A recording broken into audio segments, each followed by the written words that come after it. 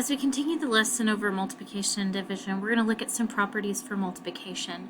And these properties do hold true for multiplication, but they do not hold true for division. Very similar to the fact that these properties held for addition and not subtraction. So the first property is the commutative property, just as it was on the commutative property for addition. Commutative is when you change the order of the problem and it does not affect the outcome. So for example, let's say we have 3 times 4.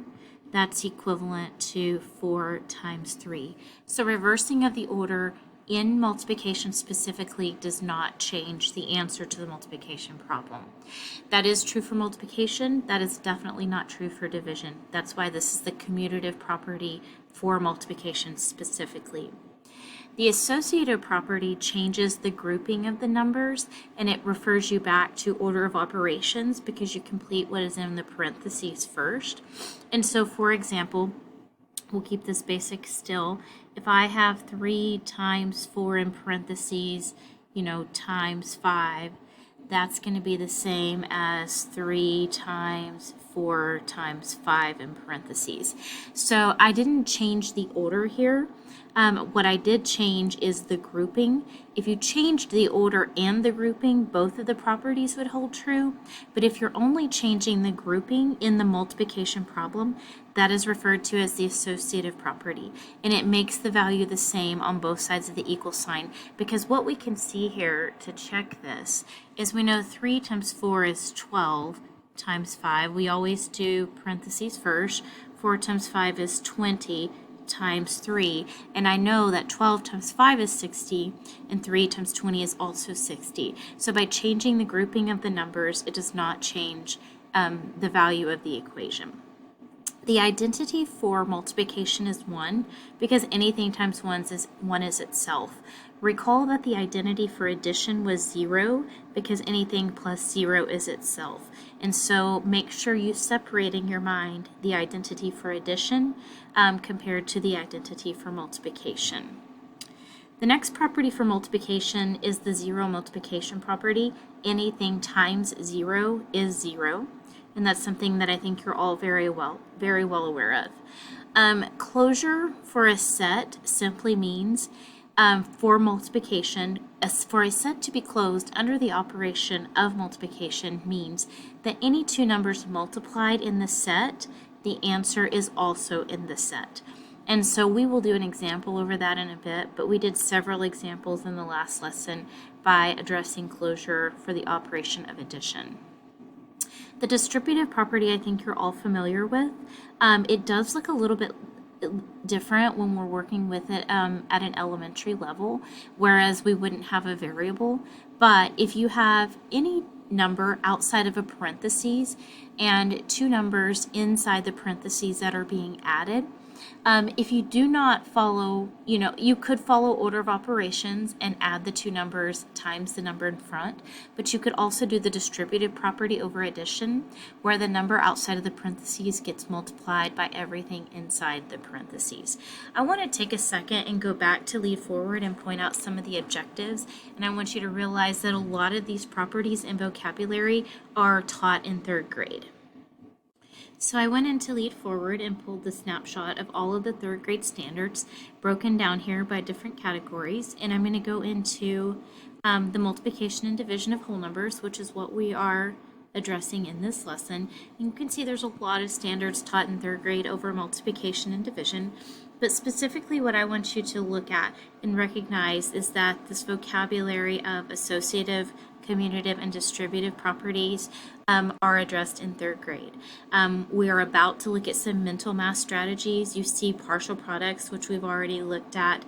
You can see up in 3.4e the equal size groups, arrays, area models, equal jumps on a number line, skip counting. Those are all things that we've talked about within this lesson. But I think it's a really good idea if you do have time in your day to go into lead forward and just kind of take a second and read through the standards for the state of Texas when we teach multiplication and division in 3rd grade. All right, going back to your notes, we're going to do a couple of examples just addressing what we just went over and just asking, what property is being addressed. So when I look at number one, part A, 1 times 3 times 9 is 3 times 9. And if you ask, what property is being modeled here, what is being modeled here is the identity for multiplication. Because if you go back up and look, 1 times anything is itself. That is this property right here. And that's what's being modeled here in part A. And so you would need to say that it is the identity, but you would have to be specific for the operation. So it is the identity for multiplication. And when you take your exam, if it's the identity for the operation of addition, you have to be specific for that as well. In the next property, we have 3 times 5 in parentheses times 2, and then 3 times 5 times 2 in parentheses. When I look at this problem, the order of the numbers stays the same, 3, 5, 2, 3, 5, 2, but what changes in this problem is the grouping of the numbers, and by order of operations, you would do what's in parentheses first. The property that's being modeled here is the associative property for multiplication. You can come back up here and see this very clearly. I apologize.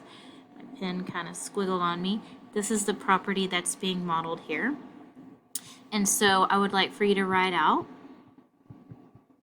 that this is the associative property for the operation of multiplication. And on your exam, some students will just write associative. You will not get full credit for that. You have to tell me that it's the associative property, and you also have to include the operation. So if it's for addition, you put that. If it's for multiplication, you put that. Addition and multiplication are the only operations where these properties hold. The next example that we have here addresses the concept of a set being closed. And a set is closed specifically if you can multiply any two numbers in the set and every answer is also in the set. So if we consider, 0 times 1 is 0, yeah, that's in the set. 1 times 2 is 2, that's in the set. 1 times 3 is 3, 3 is in the set. But if I look at multiplying 2 times 3, what I get when I get 2 times 3, 2 times 3 is 6. And 6 is not an element included in this set. And so I would say 2 times 3 is 6. Is not in the set. So 6 specifically here is not in the set. And so this set is not closed. A set is only closed under the operation of multiplication if the answer to every possible multiplication is also included in the set. Okay, moving on, I just want to do a quick review from college algebra of your properties of exponents. So I hope this is something that we're just refreshing on because it does, come up. You need to have this knowledge of what happens when you multiply bases with exponents. It's just an extension of teaching multiplication. As you get into junior high, you start dealing with those exponents more, and so you need to be familiar with the properties of exponents. So if you multiply any two bases and the bases are the same that have exponents on them, you add the exponents. So for example, it could be a variable or it could be a whole number, but say we have, 2 cubed times 2 to the 5th, that would be equivalent to 2 to the 8th, because the base is 2. We have 2 cubed, which means 2 times 2 times 2 times 2 to the 5th, and so combined that multiplication is 2 to the 8th power. And we could simplify that by multiplying 2 by itself 8 times, but I'm going to leave it as 2 to the 8th for reference. If on the next one, if you have an exponent, a base with an exponent raised to another exponent, you multiply those two exponents. So let's say we have, well, I'll use an x here, x squared, and then that's cubed. When you have a power to a power, you multiply those two powers, and that would be x to the 6th. If you have a parentheses and it's raised to a power, that means each element in that parentheses gets raised to that power. And so for example, say we have Let's see, let's make this a little bit more interesting. Let's say we have, say, 2x squared cubed. That means the 2 gets cubed and the x squared also gets cubed, just meaning each separate piece inside the parentheses gets raised to that power. And then obviously we would say, okay, well, 2 cubed is 8. Power to power we multiply, so that would be x to the 6th. Any base raised to the power of 0 is equal to the number 1. And then the last one to talk about here is what happens when we divide, and I'm going to pull my example over here. Let's say we have 3 to the 8th divided by 3 to the 5th. If you're dividing like bases, then you subtract the exponents. This would leave you with 3 to the 3rd power, which we could leave, or we could go ahead and simplify out. 3 times 3 times 3 is equivalent to the number 27. So that's just a very quick refresh on your properties of exponents, but that's knowledge you need to have, if you're going to be teaching multiplication. So on our first example here, our base is 3, the operation is multiplication, so when we have like bases, we add our exponents. So 10, 2, and 5 is going to be 3 to the 17th power. On number 2, we have a base of 2 and a base of 6, and we cannot multiply bases that are not alike, but I do see like bases with this division. So this is basically 2 to the 7th divided by 2 to the 7th. And then, that's times 6 to the 5th, because I can change, move the order around. And when I have this 2 to the 7th divided by 2 to the 7th, when we divide, we subtract our exponents. 7 minus 7 is 0, meaning these completely cancel, leaving our simplified answer as 6 to the 5th. So again, just a quick refresh on, how we work with our exponents when multiplying and dividing, because it's just something you need to refresh on and be aware of. The last thing we're going to talk about in this particular video is some mental strategies, multiplying mentally, and then finally finish up this particular video with some estimating. So mental strategies, we did these for addition and subtraction, and this is when we want our students to be able to get the exact answer. We're not estimating yet, the exact answer, but in their head. The first strategy that we could teach them to do some multiplication in their head is called front-end multiplying. And the approach that they take when they do front-end multiplying is they're going to multiply the tens. So 70 times 4. So there are 7 tens and 73. 70 times 4 to give us 280. Then come back and separately do 3 times 4 to get 12.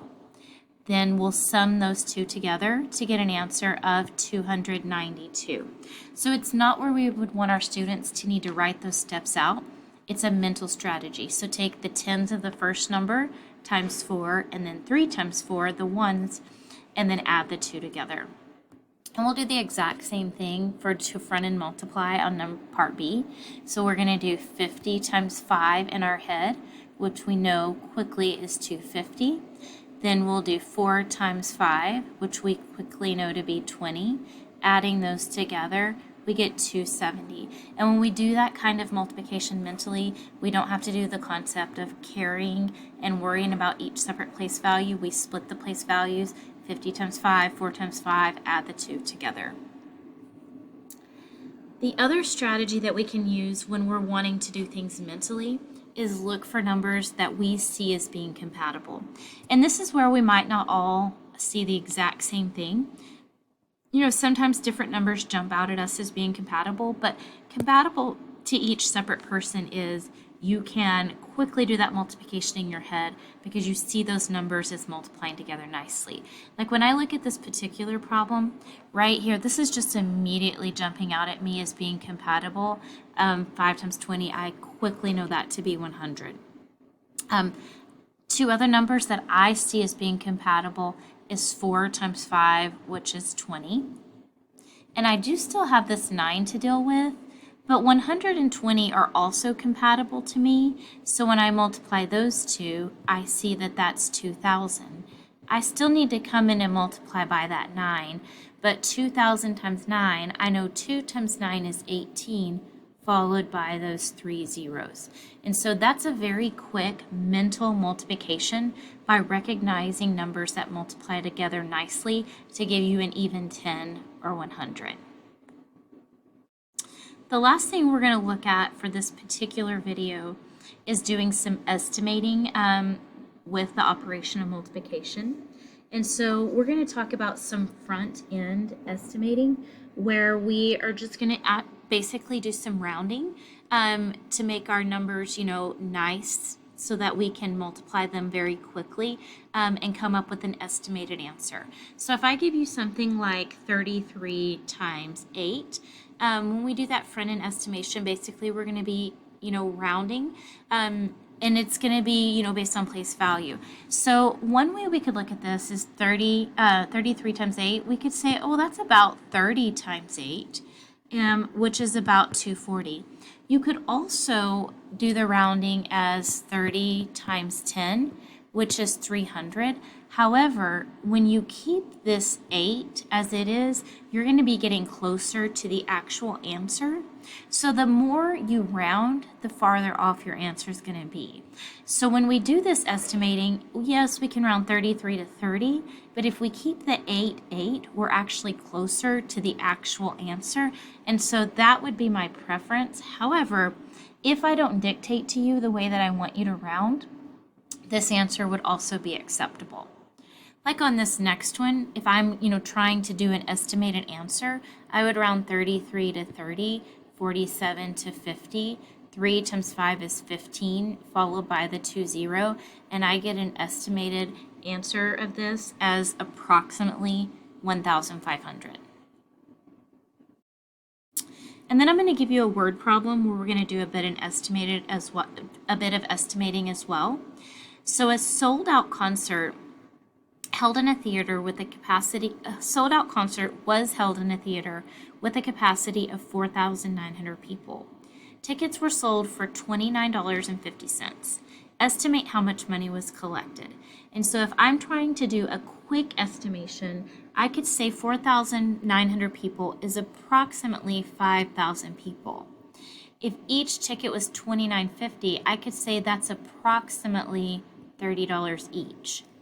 5 times 3 is 15, followed by 1, 2, 3, 4 zeros to give me an estimated answer of how much money was collected as $150,000. All right, to finish this video, go ahead and go on to part 3 of this lesson.